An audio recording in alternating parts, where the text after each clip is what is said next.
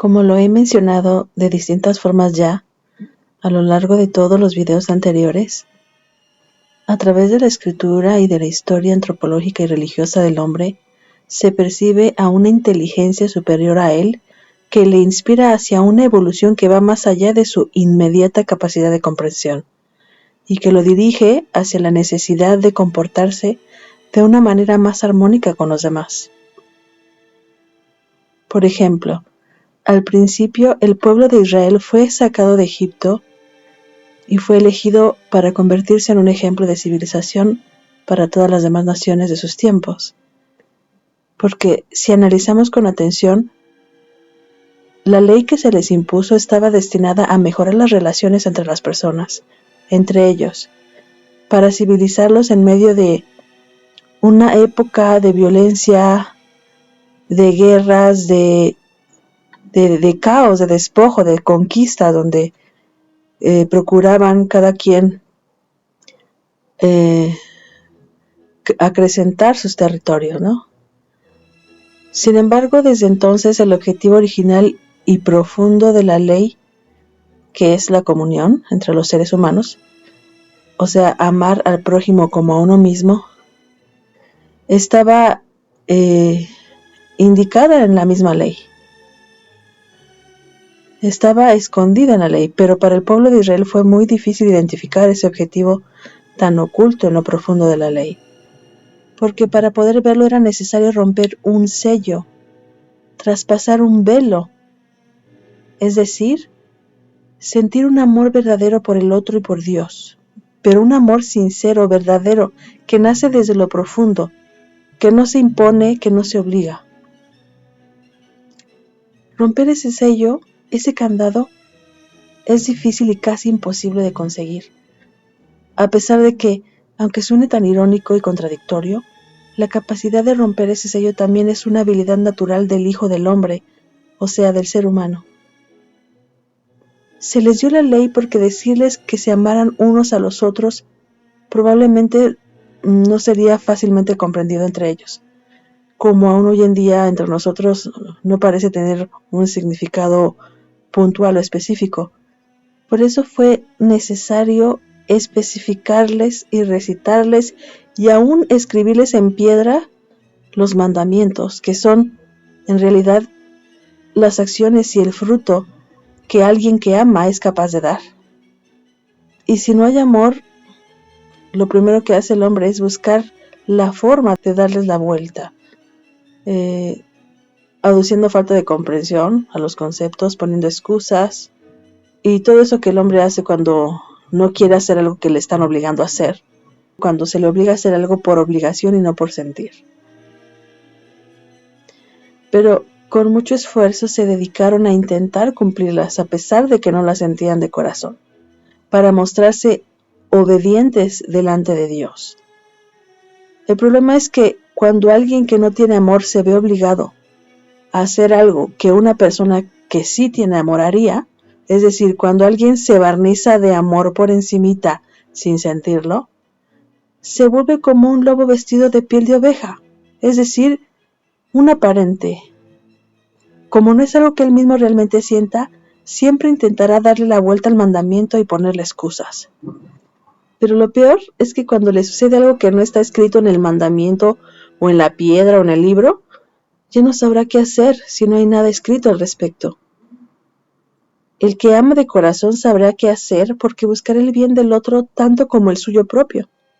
Pero el que no ama buscará su propio bien sin importarle el bien de su prójimo. Y peor aún, sin importarle que su propio bien le cause un mal a su prójimo.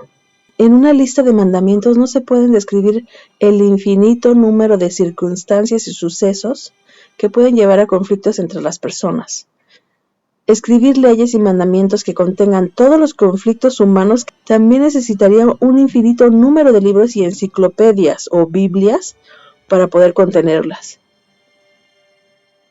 Y entre más pasan los tiempos, los conflictos entre los seres humanos se complican más y las circunstancias también evolucionan.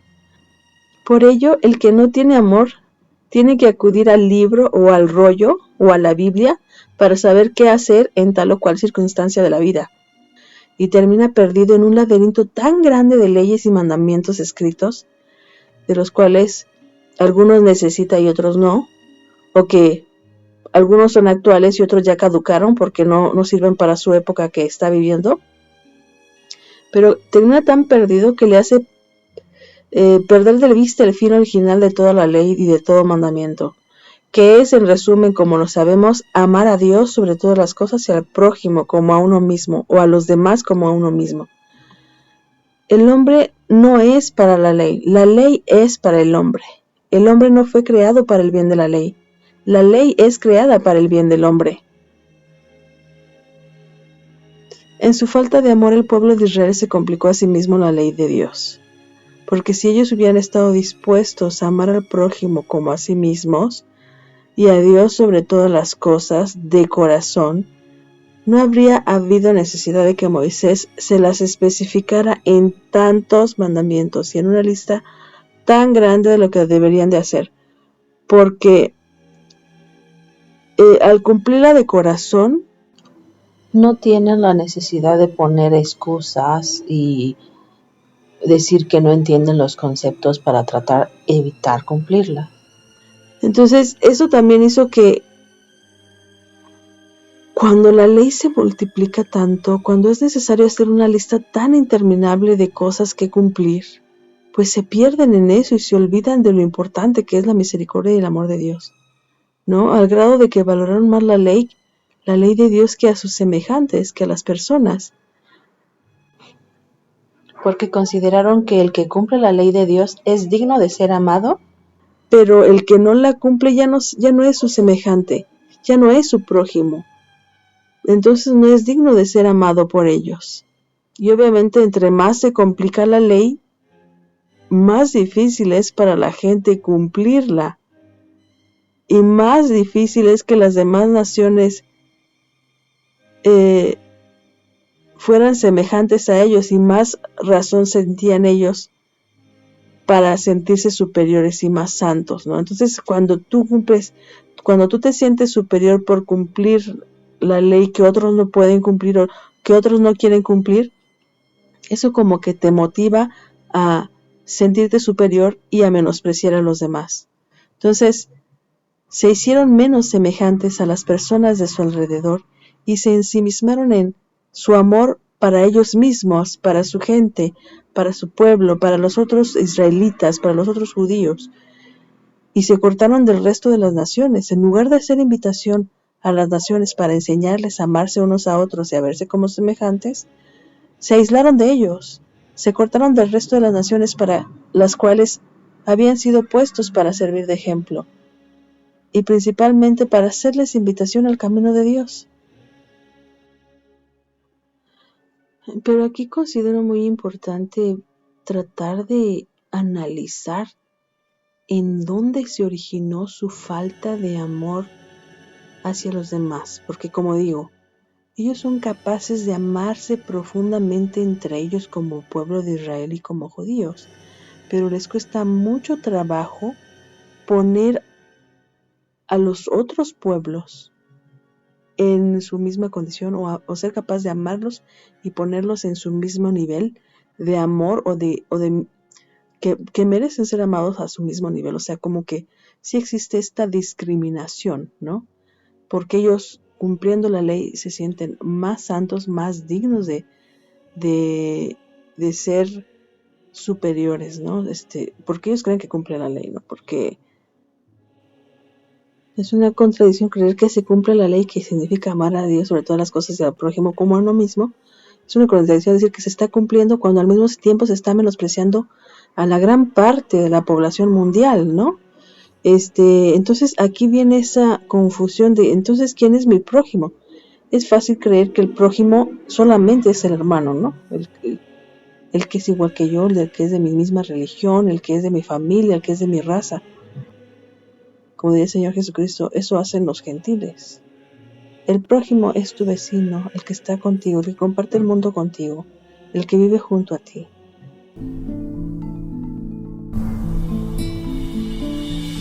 Caminando a Jericó, iba un hombre muy sencillo.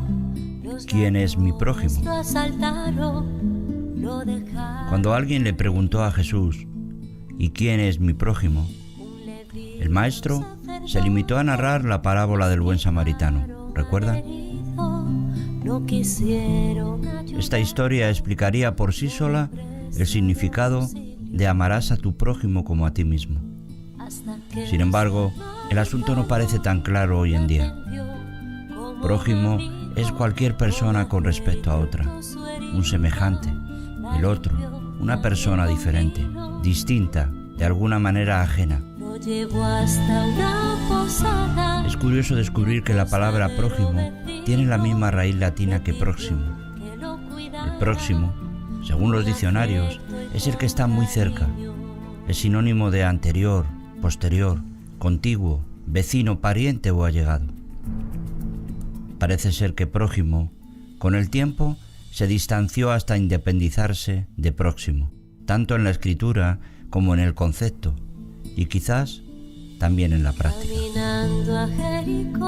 ¿Quién te parece que fue el prójimo del que cayó en manos de los ladrones?, preguntó Jesús.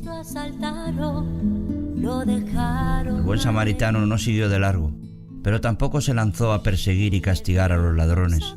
No arremetió contra la indiferencia de los religiosos, ni pregonó su acto de misericordia. Simplemente, como era un buen hombre y estaba cerca, hizo lo que hubiera querido que hicieran consigo mismo.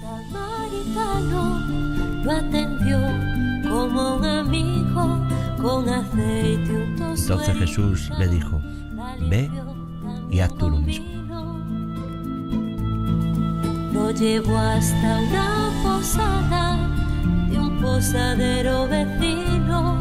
Le pidió que lo cuidara con afecto y con cariño.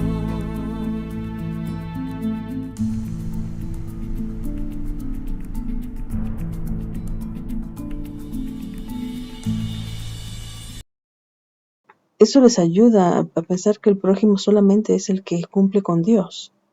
Y ese es un error, porque la idea de Dios no es que un grupo de personas esté cerca de Él y que el resto de las personas ande a ciegas y sin saber cómo dirigirse, ¿no?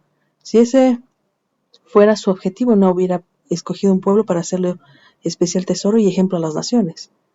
No habría mandado a un Jesús para ser ejemplo a las demás naciones. El objetivo de Dios es para todos los seres humanos, para que alcancen a ver cómo se debe vivir, para alumbrar el camino a los demás. Entonces, no es que Dios solo quiera unos pocos, es que Dios quiere usar unos pocos primero para que esos pocos enseñen a los demás y sean una luz para los demás. Entonces, ¿dónde se origina esa falta de amor del pueblo de Israel? Bueno, nosotros en psicología nos enseñan que el ser humano es el resultado de lo que ha vivido en su vida, las experiencias de vida, la cultura en la que se mueve, el idioma que habla, la experiencia de sus padres, su historia, ¿no?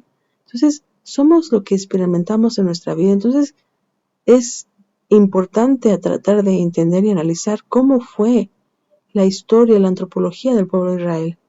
Y pues nosotros nos damos cuenta que el pueblo de Israel creció y se desarrolló bajo el concepto de superioridad de unos frente a otros. Es decir, ellos tenían claro siempre, y así vivieron 400 años, si no es que antes, desde antes, pensando que hay unas personas con más rango que otras. El concepto de superioridad e inferioridad estaba muy marcado en ellos, porque habían vivido 400 años como esclavos de los egipcios, ¿no? 400 años de historia sintiéndose inferiores a un pueblo que los sometía, pensando que ellos no tenían ciertos privilegios y que había gente de más rango o de mayor valor que otros. Así vivieron 400 años. Tenían la noción de inferioridad y servidumbre por la experiencia como una costumbre de 400 años. De hecho, hasta hay testimonio ahí que cuando fueron sacados de Egipto, algunos de ellos hasta querían regresar allá porque era lo que siempre habían conocido y tenían miedo de algo distinto. Entonces, la historia nos dice que les costó 40 años en el desierto para poder ser capaces de asumir su libertad, ¿no? Dijo que esos 40 años sirvieron para que la generación que había salido de Egipto y que había temido llegar a la tierra prometida, quedara en su tiempo en el desierto y los hijos de ellos, la nueva generación, que no era consciente de la idea de servidumbre, que no sabía lo que era vivir como esclavo, pudiera entrar a la tierra prometida, ¿no? Y tener una vida diferente. Dice, debió llevar mucho tiempo para que por fin asumieran su libertad. 40 años en el desierto, hasta que la generación que vivió servidumbre hubiera sido renovada por sus hijos, quienes ya crecieron con esta noción de libertad, pero más aún, más que libertad, crecieron con una noción de superioridad sobre el resto de las naciones del mundo, porque se sabían mejores, porque sabían que Dios los había sacado de Egipto con mano fuerte y brazo extendido, como se dice, ¿no? Porque Dios había destruido Egipto para liberarles. Entonces significaba que ellos eran mejores que Egipto, que los egipcios. Y también vieron cómo Dios humilló la soberbia de Faraón, ¿no? Entonces, eso pues, a cualquiera le sube los humos, ¿no? O sea, aunque los sacó no por ser superiores, sino para hacerlos el ejemplo de las naciones.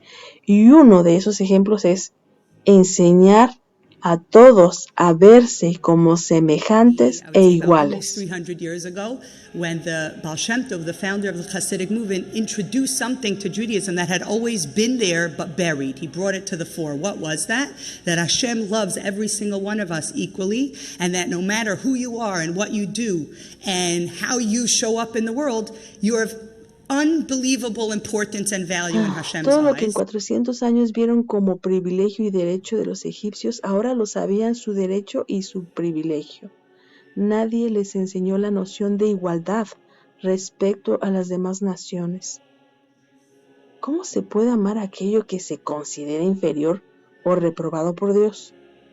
Entonces, lo desechado por Dios no era digno de amor, mucho menos era aceptado de hacerse uno con aquello que es reprobado por Dios. Obviamente de ahí viene mucho de esa incapacidad para amar y hacerse uno con el otro. Esto nos lleva a la segunda razón que les dificultó amar a sus semejantes. Uno, no los sentían sus semejantes. Pero bajo la administración de Moisés, a quien Dios había preparado desde su niñez para dirigir al pueblo de Israel en su salida de Egipto, pues para eso lo hizo criarse en la corte egipcia. Entendamos que él creció con esta gente de privilegio. El pueblo aprendió con claridad sobre la naturaleza y la personalidad de Dios que Moisés les presentó. Y Moisés, en su contexto histórico y de vida, entendió a Dios de una manera muy particular y muy puntual según su experiencia de vida. O sea, Moisés era un hombre que fue preparado por Dios, que sin embargo tuvo una historia de vida. Y entonces esa historia lo predispuso a entender a Dios de una forma muy determinada. Un Dios infinitamente poderoso y superior a los demás dioses que jamás él había conocido. Él tenía claro que los superiores suelen estar aislados de los inferiores, como en Egipto. A Faraón no se le podía ver a los ojos. No cualquiera podía entrar a la presencia de Faraón. Hay un protocolo para hacerlo, una especie de rito que hay que cumplir con el riesgo de morir si no se cumple. El resto de los mortales no tenían derecho de entrar a la presencia de Faraón. Estoy diciendo que la ley fue inspirada por Dios a Moisés, un hombre puesto en circunstancias y condiciones específicas para entenderlas, expresarlas e implementarlas en esos tiempos, y para dirigir a un grupo de personas particulares. Ellos, los israelitas saliendo de la esclavitud de Egipto en aquella época, con condiciones específicas y circunstancias específicas que nos quedan escritas en la esencia de la ley y de los ritos de la ley. Podemos entender mucho de las costumbres egipcias. Es comprensible dado que Moisés creció con los egipcios. Sin embargo, Moisés enseñó al pueblo cuánto más superior es Dios, el Dios de Israel que lo sacó de la tierra de Egipto, cuánto más superior es Dios que el faraón de Egipto. ¿Acaso no lo había demostrado ya? Podemos estar seguros de que había muchos motivos para temer a Dios. El pueblo de Israel experimentó en carne propia lo que sucedía si te apartabas de Él, o si no hacías lo que Él esperaba de ti. No querrías terminar como Egipto o como Sodoma y Gomorra, que era parte también de la tradición judía. Ese temor de Dios los motivaba y prácticamente casi era como una extorsión para que cumplieran la ley, ¿no? O sea, si no la cumples por amor o amigo, mínimo por temor. O sea, a lo mejor el amor no es obligado, pero el temor, después de todo lo que habían visto, obviamente que tenían por qué temer, ¿no? Habían escuchado la historia. Pero el problema es que todo lo que se hace por obligación y no por sentir termina siendo superficial, aparente y cansado. Debe provocarles mucha indignación tener que esforzarse tanto para lograr ser especiales, o sea, el especial tesoro de Dios, cuando las demás naciones no tienen que esforzarse casi nada. Entre más difícil es cumplir con Dios, más injusto parece que los demás no tengan que hacer lo mismo. Y si nosotros tenemos que esforzarnos tanto y los otros no se esfuerzan nada, obviamente que tienen muchos motivos por qué menospreciarlos. ¿Por qué despreciarlos? Por no ser tan esforzados como ellos, ¿no? ¿Por qué si no se esfuerzan tanto como nosotros? ¿Por qué si no se preocupan por cumplir con todo lo que Dios quiere? ¿Por qué van a tener derecho a ser amados como nosotros? ¿No? Puede ser el pensamiento. ¿Por qué si no son ni santos ni especiales como nosotros? ¿Por qué los voy a amar? ¿Por qué los voy a tratar como a mí mismo? Entonces, exacerbando el complejo de superioridad apoyado en el hecho de que son santos, ¿no? O sea, me esfuerzo mucho para ser santo, tengo derecho a estos privilegios, ¿no? ¿Y tú que no te esfuerzas? ¿Por qué te voy a amar? No tienes los mismos derechos que yo. Ni Dios te va a amar tanto, ni yo te voy a amar tanto. Ese es el pensamiento. Entonces, eso hace que les sea más difícil empatizar con aquellos que no se esfuerzan tanto como ellos, o sea, con las otras naciones infieles. Eso es la razón de ser de su enojo. ¿Quién te crees tú si no te has esforzado tanto como yo? Eso los hace no ser capaces de sentirlos como sus semejantes y como sus prójimos, ¿no? Eso los hace no querer, no ser capaces de amar. Sin embargo, este rechazo a lo impuro, a aquello que no cumplía la ley de Moisés, los aisló, los cortó del resto del mundo. Se aislaron tanto en su laberinto de leyes, se cortaron tanto de los demás, que en lugar de comunión engendraron división, un ostracismo. En lugar de apreciar a los demás, engendraron menosprecio. En lugar de ejemplo, terminaron siendo refrán. Sabemos lo que sucedió después de años de saberse superiores, especiales, apartados, escogidos por Dios. Fueron incapaces de admitir corrección de los profetas, cuando Dios se los envió para reprenderles, por la violencia y la injusticia que habían provocado en la tierra. Porque cuando te sientes superior, te sientes digno de privilegios y de portarte injustamente con los demás, ¿no? Incapaces de creer a los profetas lo que Dios les mandaba decir, que se estaban desviando y que Dios estaba molesto y que reprobaba su falta de misericordia y de justicia, prefirieron matar a los profetas antes de aceptar corrección. Lo dice la Escritura.